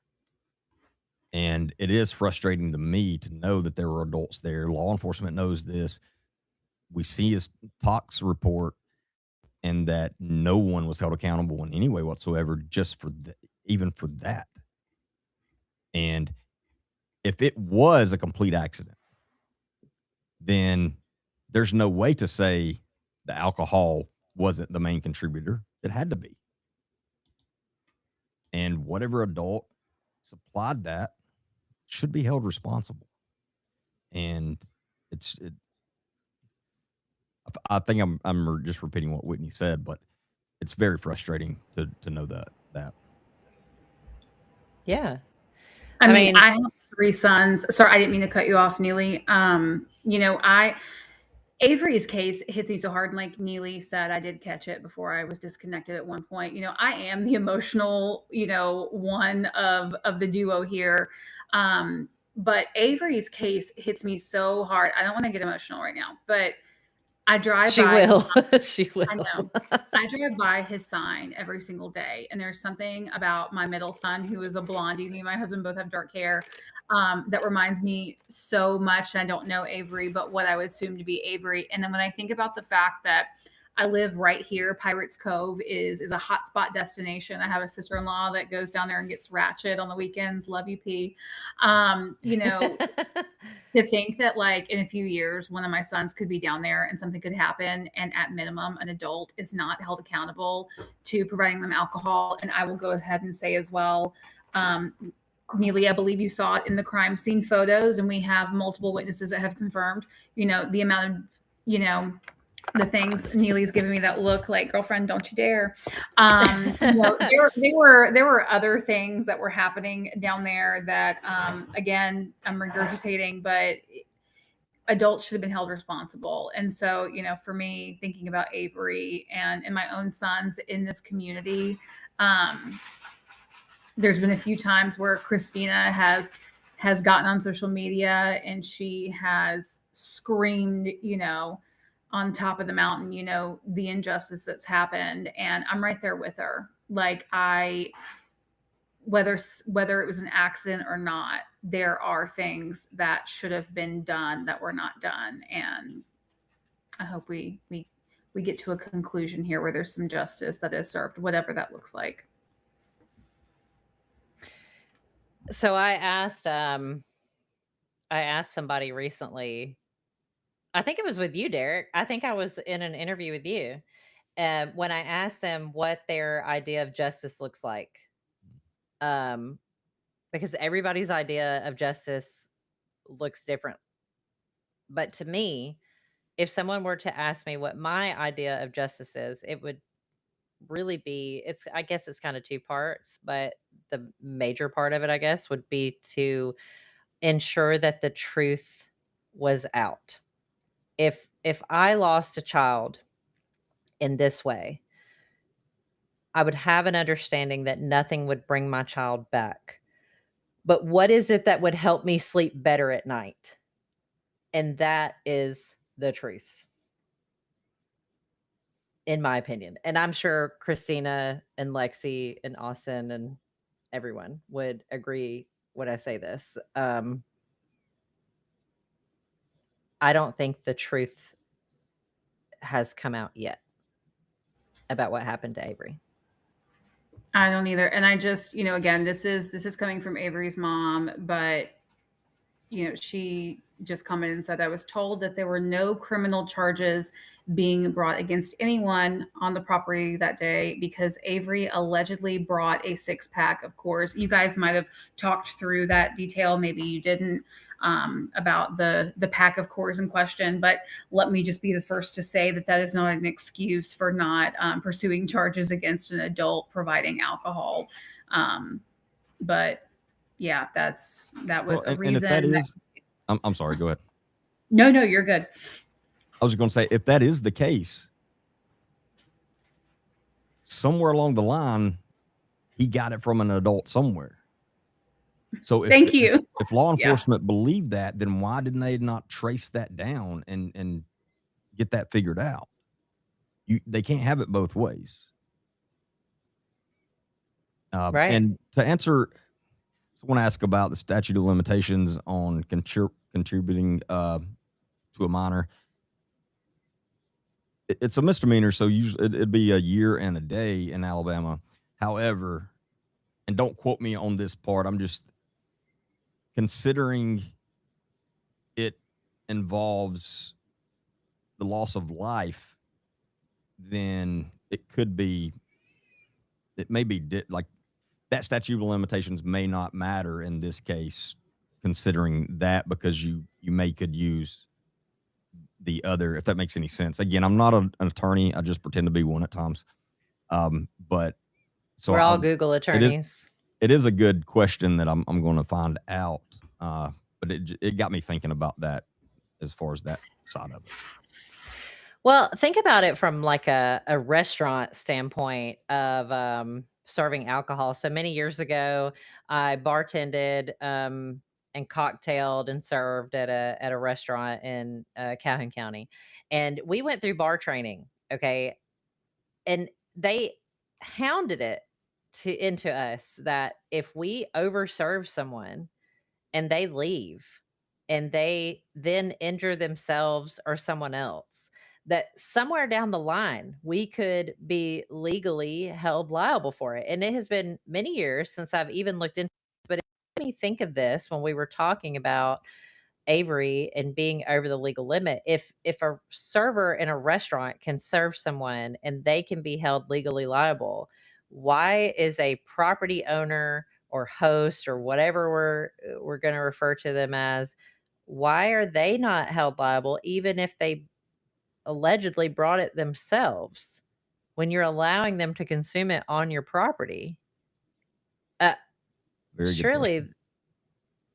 there's not any loopholes that I'm aware of about that, but it does make me wonder. I don't know. There's more information here that I feel is probably relevant, but I don't want to talk No, about it because I want to give them an opportunity to speak.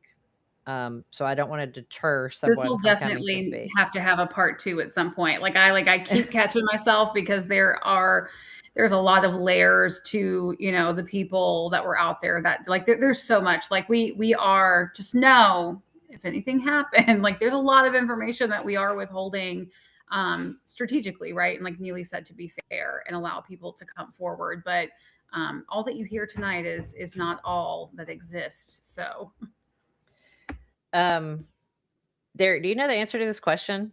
If a 6-pack of Coors is enough to get a blood alcohol content to 0.2? I would highly doubt it. See, what size was he? I did Google 100. it. I Googled it. What When does it came say? He's about to literally Um, about the same size as me. I would doubt it, but there is a lot of. I'm not a doctor. I'm not a toxicologist. There's a lot of factors that go into it, but just me from that, I would doubt it. Well, and that's exactly what came back and what I assumed as well, right? Like everyone's metabolism is different, your build, your weight.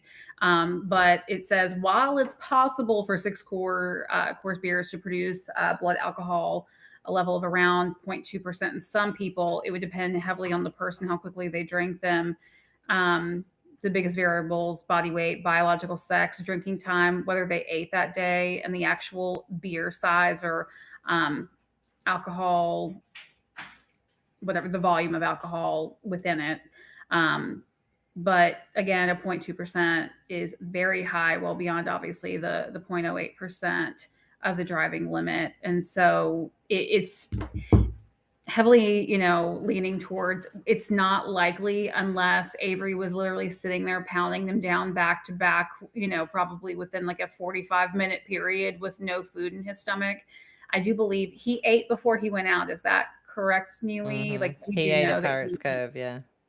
I think it was like a significant meal as well. He was an athlete. He had a pretty good metabolism, young teenage boy. So I think he ate a pretty hearty meal before he went out there. So do with that Most information. people, if they are at 0.2, they're literally not walking around. That's very high. It's very high. Like the highest I've ever seen in anyone was like a 3, and that was a lifelong alcoholic. And so true alcoholics they could be walking around very easily with a 0.2, even 0.3 at times. But a young kid like this, it's hard for me to believe he was that he was able to stand up with that amount in him. I mean, it's a lot. It's very high. This comment by Jackie, even if he had all 6 scores, I doubt he would have had a BAC of 0.2. Plus, having the red solo cup says that he had. This is what I think is important because I saw the video of him holding a red solo cup. There are photos that Christina and Lexi at some point had put on social media, which shows Avery holding a red solo cup. I doubt Avery poured beer into a red solo cup and drink it out of that when he could have just kept it in the can. So I would assume that Avery had some type of mixed alcohol in the red solo cup, just as others were drinking. So even if Avery brought his own beer and he was drinking his own beer, I doubt he did it out of a red solo cup. He had to get that from someone else. So at that point, Avery having his own beer and drinking his own bringing his own beer would have been a moot point because he still would have gotten alcohol from somewhere else. So the red solo cup, I think, is I think it's moot anyway due to like we said, the adults were there and they were still allowing it no matter who brought it. yes. All right. Well, I think we're definitely going to have to do some additional parts on this. Obviously, there's some information that I didn't want Whitney to share that we'll talk about later. Um, but I don't know. What final thoughts? What do y'all think? What do you think, Derek? Since you hadn't heard about this case prior to today. Well, I'm very frustrated about a lot of things about it. I'm very interested in it now. I'm not Just gonna wait till you hear what you haven't heard yet. I definitely want to be a part of this for sure if y'all allow me to, because there's so much that wasn't done, and again, there's just so many unanswered questions, and his family deserves they deserve answers. It's what I in the very beginning when I introduced myself, and I said one of the things that I do is try to. One thing that keeps me going with this is to get those families that deserve answers some answers.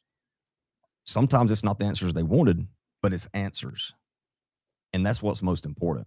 And no, I'm very interested in this for sure. All right. Well, the school day comes early tomorrow for me. So I am going to cut this off. I would love to come back and do another live. I think the earliest time I'm going to have available to do another live will probably be Monday or Tuesday. So anyway, we'll play it by ear. We'll let you know how it goes. Next time, we will make sure that we get it set up correctly to stream to Facebook also. I will say that this was relatively successful considering we just hit the button and had it going. I probably should just waited on you guys to make sure everything was correct, but we have been streaming on Twitch too. I'm going to assume that it's maybe going to keep the video there for a while. It should be on our YouTube, and I hopefully will be able to change the privacy from the live on Facebook so that people can view it later. So we'll make sure to keep you updated and make sure to join us for our next live, which we will announce on our different social platforms. Derek, thank you for joining us. Can you throw out like your handle real quick so people know to go follow you? Is it at AgentDBaker on all the platforms? Yes, it's AgentDBaker on all the platforms except for Facebook. Is just my full name, Derek, DEREK Baker. You can also go to on my website, agentdbaker.com, and it's got the links to all the social platforms that we're on there. You can follow all of those. And if anyone has any information, messages that you'd like to send me or any questions, anything like that, go through the website. There's a button you click on, contact, very simple. But yeah, I would appreciate all anyone that would subscribe to my YouTube channel. I'm really trying to build that up right now, but I would appreciate that. But I can't thank y'all enough for inviting me along. I really enjoyed it, and hope to be back. Yeah, we'll just make this a regular thing. How about that? You want to just join the Murder Creek Media team? I may. I'm not against Send you it. the volunteer form. Yeah, you can go through the onboarding just like everybody else. All right, so make sure like, subscribe, do all the things, and we will see you guys next week. Bye. Bye. Don't hang up.